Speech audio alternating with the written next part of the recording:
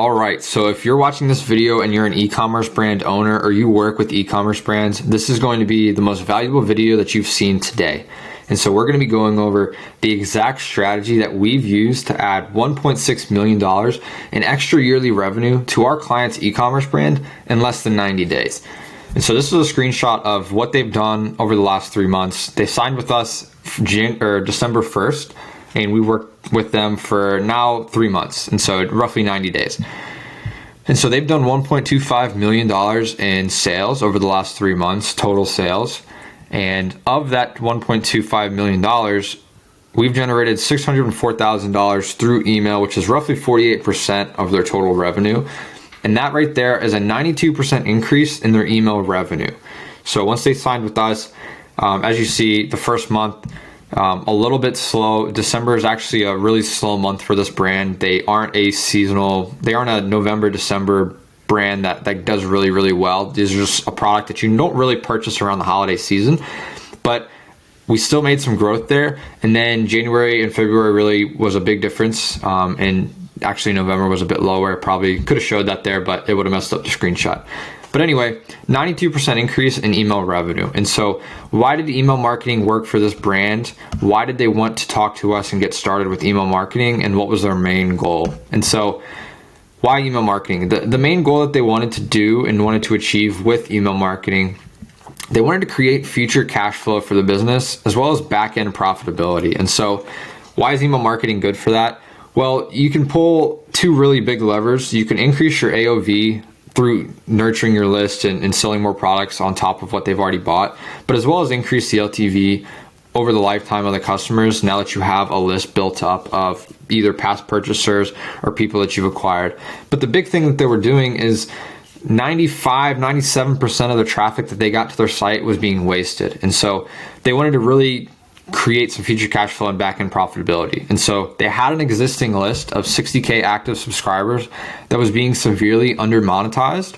Their email list was actually shrinking. And so from January to end of November, they actually lost 1,600 email subscribers. And so their email list was dying. It was getting smaller. It was less active. It was less engaged. They had no issues acquiring first-time customers through ads, so their ads were converting well. But like I said, 97% of the traffic that they got to their site was still not purchasing, and that's common unless you're, you're in the top 10% of Shopify brands as far as conversion rate. I think the top 10 right now is 5.3% conversion rate. That puts you in the top 10%. So even if you're in the top 10%, 94% of your traffic is just being washed away and lost and gone, even though you've paid to acquire them. And so they were ready to build some profit on the back end and further increase customer LTV. And side note real quick, so first stage, as you see here, amplify email list growth. We normally have deliverability in the spot, but after an audit and a thorough check on their deliverability, we audited everything there. We ran some tests. We found out that their deliverability was actually really solid. And so that wasn't something we had to tackle. Nine times out of 10, we have to tackle this for brands because they don't have deliverability properly set up. In this case, this brand did. So if you were wondering why deliverability is just not too talked about in this video, that's why. They already had that set up. So there's no point in going over something we didn't do. So stage one of kind of like our 90-day roadmap that we built out for them was amplify their email list growth. And so the goal here, capture more of the traffic that they already paid to acquire. And so like I said, they were getting a lot of site traffic, and 94% of them were just leaving the site, not purchasing, and weren't being marketed to very well, and at least not captured. And so what we did is we analyzed what they had in place. And so they only had a footer opt-in in place, which means that they didn't have a pop-up, they didn't have a mobile or desktop version. They had the footer at the very bottom that, subscribe to our email list, and they had their offer there. They do a free digital product. So like I won't put out their offer there because it'll probably give you some hints on what the brand is, and I don't show the brand name in this, but they have a footer opt-in, and their offer was very small. You kind of couldn't really tell why you were opting into the list, and at the very least, it was like at the very bottom of the page. And so they actually lost 1,900 subscribers in 2023. I actually think that's supposed to be 6,000 subscribers in 2023 from January to end of November. 97% of their site traffic was being wasted, which caused low welcome flow numbers, low flow numbers in general, but also a dying list. And so their list was less engaged. It wasn't growing every month. It was shrinking, and that causes a lot of issues. And so what we did is we implemented a mobile pop-up, a desktop pop-up, and we optimized their footer opt-in so that you could actually see the offer and that it was actually working properly. And so what does that look like? Well, this is just one of our desktop pop-ups that we created for them. This is our very first one. Don't mind these. I block out the brand's name here, but they offer a free cookbook, free copy of our best cookbook. And so this one right here took them from doing 2 to 3% with their pop-up or with their footer opt-in. That's just their footer opt-in. So they weren't even doing 3%. We took them from basically 0%, besides the footer opt-in, which wasn't really growing the list. I think they might have gotten 1 to 3 or 5 opt-ins every month. So we took them essentially from 0 all the way up to 8.5% with this pop-up right here. After a couple of tests as well. So like our first one, I think got them to 5 or 6%, and then we reworded this and changed up the creative, and that's what got us to 8.5% right now. And we're still running tests on that. And so once you have that in place, like I just mentioned, you run tests. And so you start by testing the offer as it will move the needle the most. And so here are 6 types of offers to test. You want to test a percentage off. You can test a free gift with purchase, a dollar amount off if you have a lower AOV or potentially higher AOV, and you want to offer, maybe you don't have as much margins. And so if someone's spending $120 with you and the 10% off, so the more they spend with you, the less percentage of a discount you're giving, if that makes sense. You can do a giveaway, which could be a free gift with purchase, free shipping if you have a threshold for that, exclusive deals. If you do product drops or seasonal deals, that's a good way to do that. Or just a free digital product like this, like our client here. And so they were offering 3 plant-based recipes that your family will love. And so after A/B testing, what were we able to achieve for them?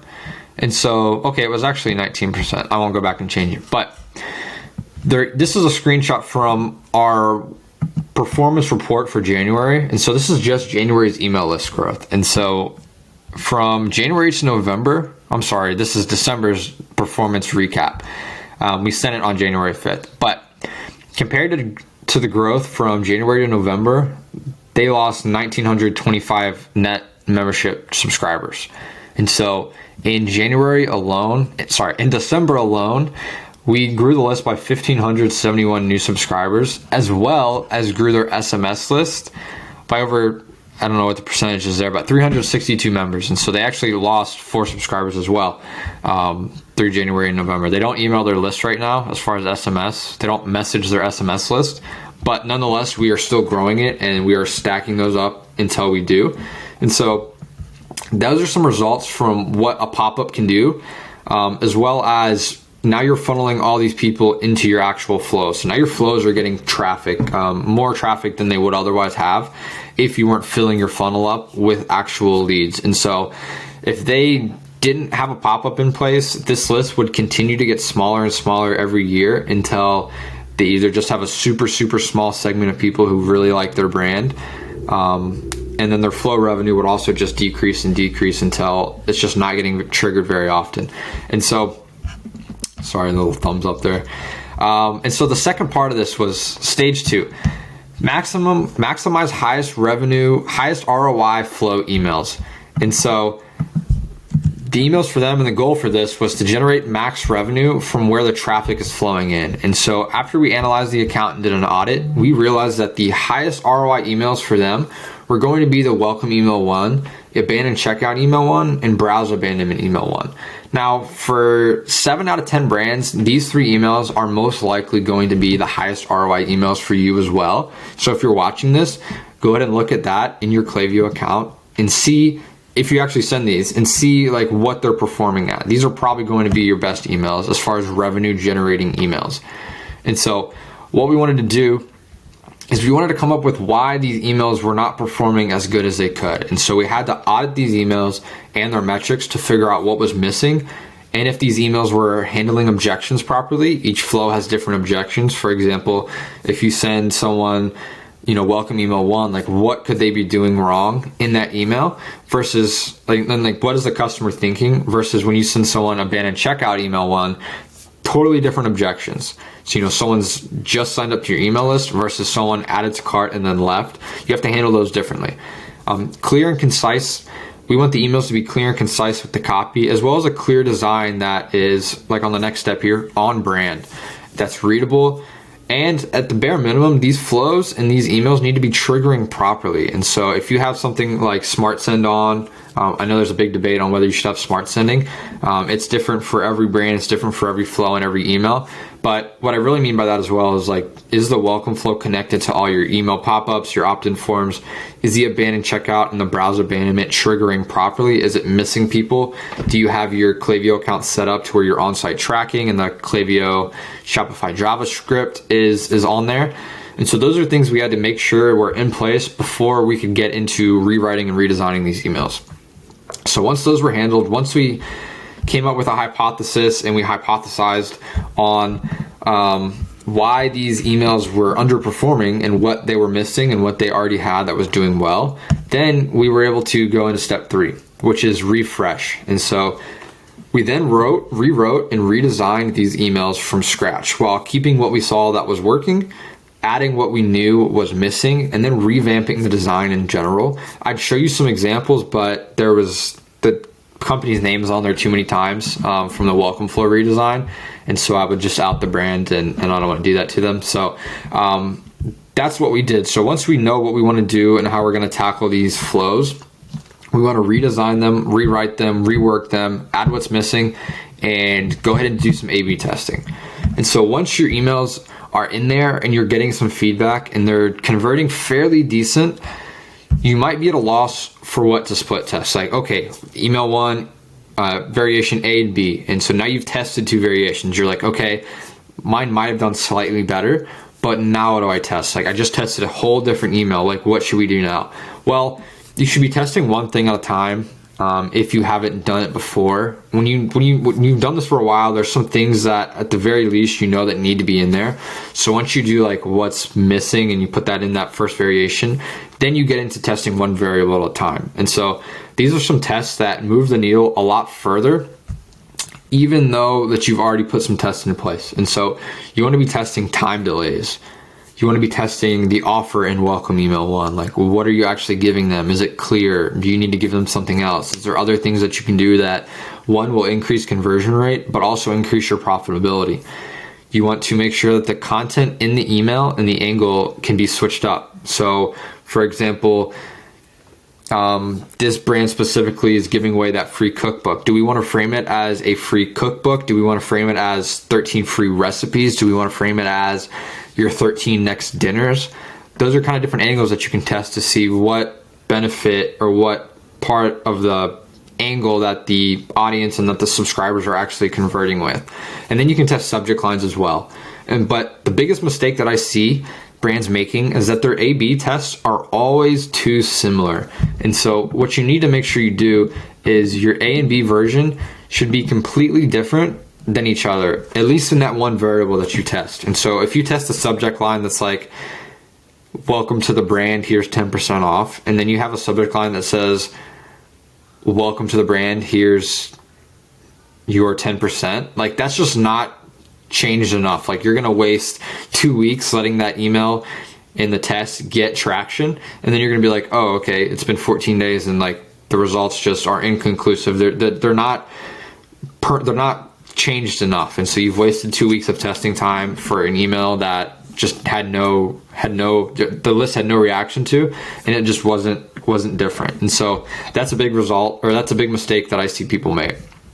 And so what was the result of coming in and changing these flow emails? And so now this is not specifically just those email 1s, but it started with that. And that's like 80% of this, because 80% of the revenue from these flow emails is going to come from that first email. And so if I remember correctly, this is the abandoned checkout, the browse abandonment, the abandoned cart, and then the welcome flow. Oh, I'm sorry, welcome flow is right here. And so welcome flow went up 802% revenue producing. And so that's a percentage change there of revenue generated. The abandoned checkout was already converting really well, but as you see, it went up 57%. And so just these recipient metrics right here, that's kind of a fugazi number there. But for the most part, this had a big difference in their email flows, and we were able to optimize a lot of things. A lot of things were missing from their emails, and a lot of things were not sending properly. And so just doing this alone had a dramatic effect on the percentage of email revenue coming through their account. And so stage 3, and kind of the final stage that really got them over the edge and that really produced a lot of the results, I would say probably 50, 60, maybe 70% of the results that we've gotten for this brand is because of this part right here. And that's ramping up sending frequency. And so what that means is we want to revamp the campaign strategy and increase the frequency of emails that we're sending. And so like the steps before, the stages before, step 1's analyze. And so this brand was sending 1 email a week, and they were using a newsletter format. Their campaign emails were very cluttered, had a lot going on. They were unoptimized for mobile, as were all the flow emails. They were made in desktop, and then you go to mobile and all the buttons, all the text, everything's blown up and huge, and it's almost not usable. The segments that they were sending to were not properly segmented. They were a little cluttered, a little messed up. They weren't sending to as many people as they could have, but then they were also sending to people that they shouldn't have been. And then as well as the designs were just out of style. They weren't on brand. Well, they were on brand debatably, but they just weren't optimized, and they were hard on the eye. The buttons didn't stand out. The buttons were too low. And so, which is interesting because, like I said here, yet they were converting, still, which means a few things. So because these emails were so rough, yet they were still driving revenue through their email list. The list was very active, even though it was dying, as well as it was full of quality subscribers, even though they were losing some people, because unsubscribers aren't always a bad thing. And so the brand's products were also really great. That's what that tells me there. They also have a loyal audience. And so why do I bring this up? Well, a lot of the times brands think they're doing well with email, even though they could be doing a whole lot better. And so, for example, this brand here, we took them from 24% to 48% end of February, and actually a couple of days into March here, we're now at 52%. But what does that mean? So 24%, their welcome flow, their campaigns were still driving roughly $15,000 to $19,000 a week. But imagine what they could be making if their emails were optimized. And so sometimes brands can get away with unoptimized emails since their brand and their products are actually good. And so the brands that can't get away with that are the ones where no one's buying your product twice because it's just not that good, or it doesn't solve a big enough problem. And so you don't want to be thinking that your emails are super good just because your brand and your product's good. And so 24% through email might feel like a lot, but as you've seen, when you implement the right things, and this works for just about every brand in most industries that works with email marketing. And so implementing the strategy changes a whole lot.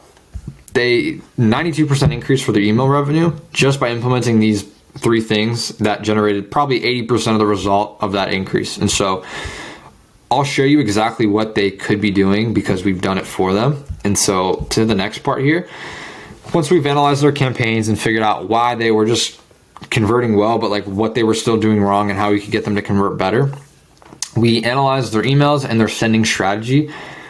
We were able to figure out a few things. We were able to do a few things, We were able to build a campaign calendar using micro-topic campaigns and 0 discounts, yet we were still able to push product.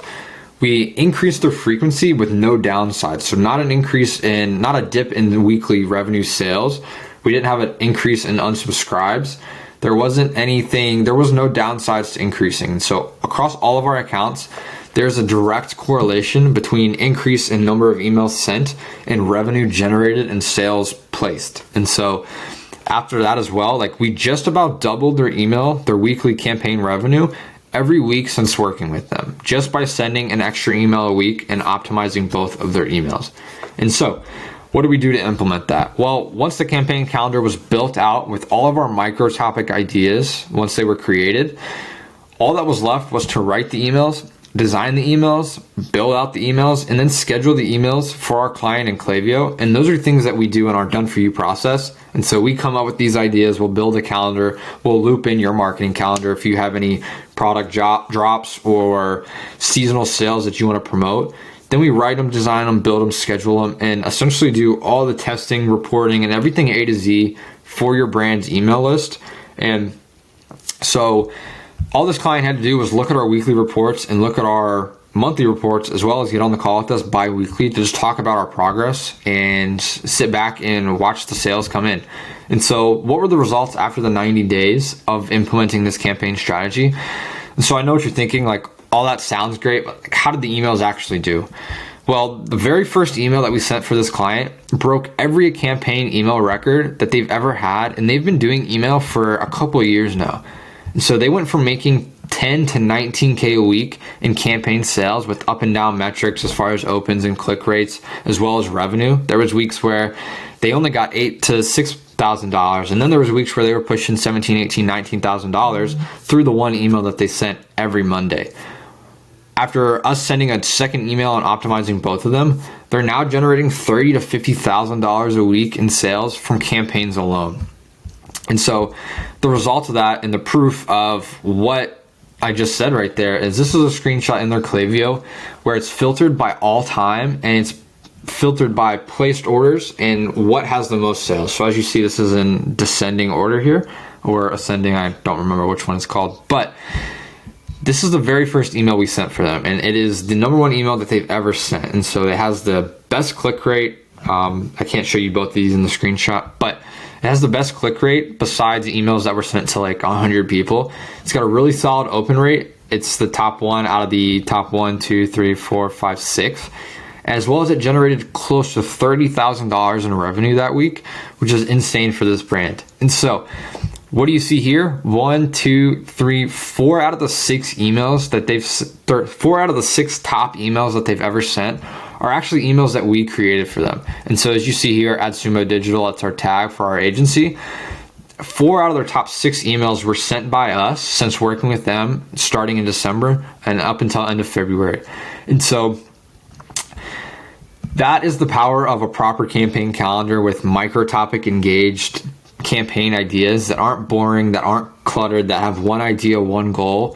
And we didn't use a single discount in any of these emails. And so you're able to do this stuff and you're able to see these 92% increases in revenue through email without spamming discounts to your list, while growing it, while nurturing it, as well as increasing your flow revenue.